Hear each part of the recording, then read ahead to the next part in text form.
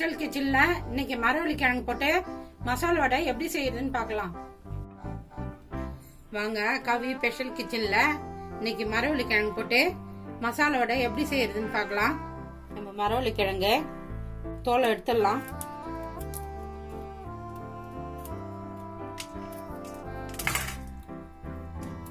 அழகா கத்தியால கட் பண்ணிட்டு தோலை உச்சிங்களா, அழகா தோல் வந்துடும். நம்ம தோலை உச்சிடலாம். நம்ம மரவள்ளி கிழங்கு தோல்லாம் சீவிட்டு நல்லா வாஷ் பண்ணி எடுத்துன்னு வந்துட்டோம். இது 1/2 கிலோ மரவள்ளி கிழங்கு. நம்ம காய் சீவுறதுல நம்ம மரவள்ளி கிழங்கு சீவிக்கலாம்.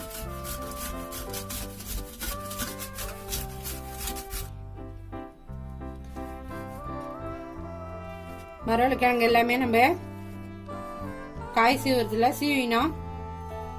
பாருங்க, நல்லா பூ மாதிரி இருக்கு பாருங்க.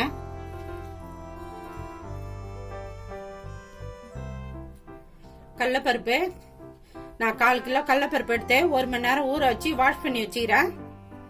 நம்ம கடலைப்பருப்பு மிக்சியில போட்டுக்கலாம். மிக்சியில கொஞ்சம் கொஞ்சமா போட்டு அரைச்சிக்கலாம். நம்ம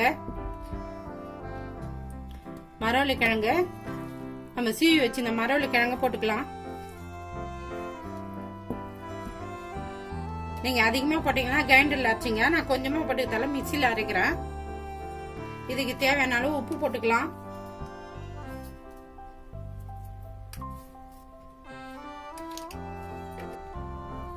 பெருஞ்சீரகம் 1 டீஸ்பூன் போடுறேன்.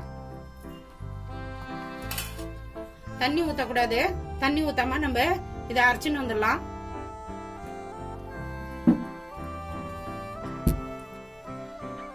நம்ம கடலைப்பருப்பு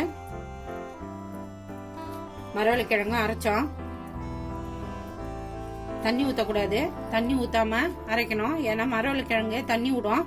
அதனால தண்ணி விடக்கூடாது. பாருங்க, குறை குறைன்னு தான் அரைக்கணும். நம்ம வடைக்கெல்லாம் அரைப்போம் இல்லையா, அந்த பதத்துக்கு அரைச்சி எடுத்துக்கணும். நம்ம ஒரு பாத்திரத்துக்கு மாத்திக்கலாம்.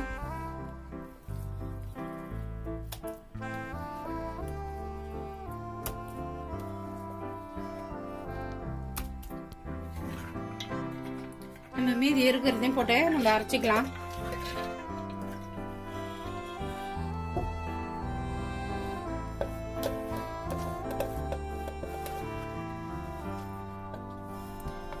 மரம் இருக்காங்க, உடம்புக்கு நல்லது. பிள்ளைங்களுக்கெல்லாம் கிழங்கு அப்படியே வச்சு கொடுத்தா சாப்பிட மாட்டாங்க. நம்ம இந்த மாதிரி செஞ்சு கொடுத்தா பிள்ளைங்க சாப்பிடுவாங்க. நம்ம இருந்ததை போட்டு அரைச்சோம். அரைச்சாச்சு. அதையும் ஒரு பாத்திரத்துக்கு மாத்திக்கலாம். நம்ம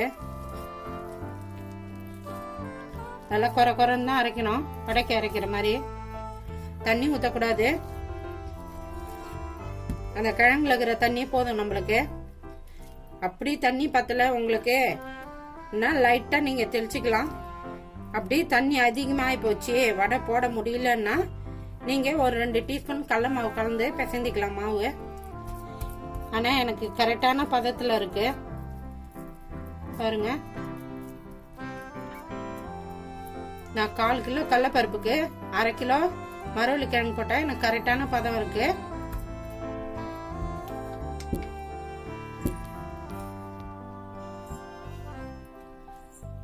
மரவள்ளி கிழங்கு மசாலா வடைக்கு தகுந்த மாதிரி நான் ஒரு 1/4 கிலோ வெங்காயம் பொடிசா கட் பண்ணி போடுறேன்.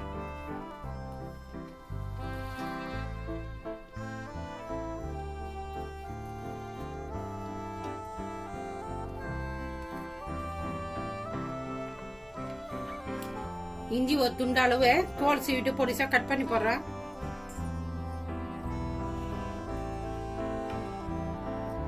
பூண்டு ஒரு 10 பல்லு பூண்டு பொடிசா கட் பண்ணி போட்டுக்கலாம்.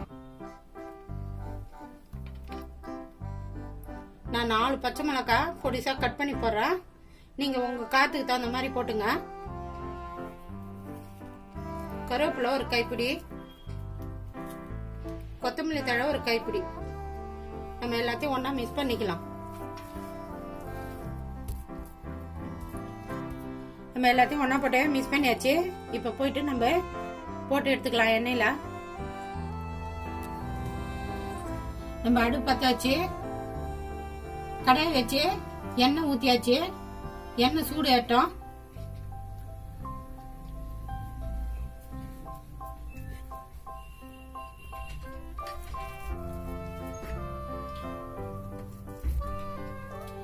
எண்ணெய் சூடு ஏறிச்சு.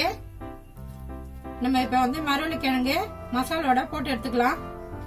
கிண்ணத்துல தண்ணி வச்சுன்னு கையை நினைச்சுக்கலாம். கொஞ்சமா மாவு எடுத்து சின்னதா பால் மாதிரி புடிச்சுக்கலாம். புடிச்சு கையில தட்டிக்கலாம். தட்டி இப்ப நம்ம எண்ணெய் சட்டில போட்டுக்கலாம்.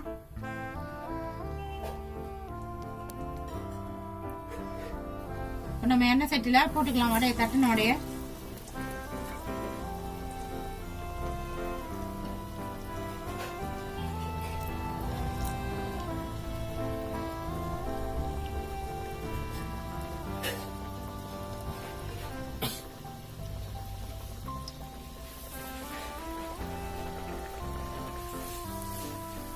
நம்ம வடையெல்லாம் போட்டுக்கிறோம்.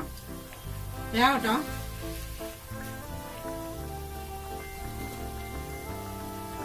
ஒரு பக்கம் வந்துச்சு, நம்ம திருப்பி போட்டுக்கலாம்.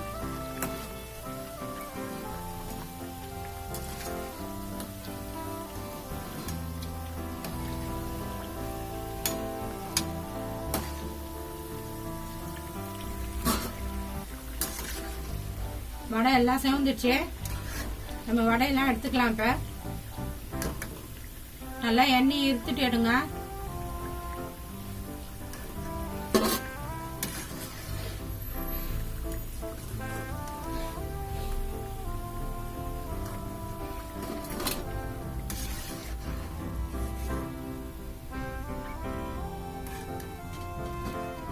இருக்கிற மாவெல்லாம் நம்ம இதே மாதிரி போட்டு எடுத்துக்கலாம். கவி ஸ்பெஷல் கிச்சன்ல இன்னைக்கு மரவள்ளி கிழங்கு போட்டு நம்ம மசாலா வடை ரெடி பண்ணோம். ரெடி ஆகி போச்சு. நான் எப்படி செஞ்சேனோ அந்த மாதிரி செஞ்சு பார்த்துட்டு எப்படி இதுன்னு சொல்லுங்க. எனக்கு சப்போர்ட் பண்ணுங்க. இந்த வீடியோ பிடிச்சிருந்தா லைக் பண்ணுங்க, ஷேர் பண்ணுங்க, சப்ஸ்கிரைப் பண்ணுங்க.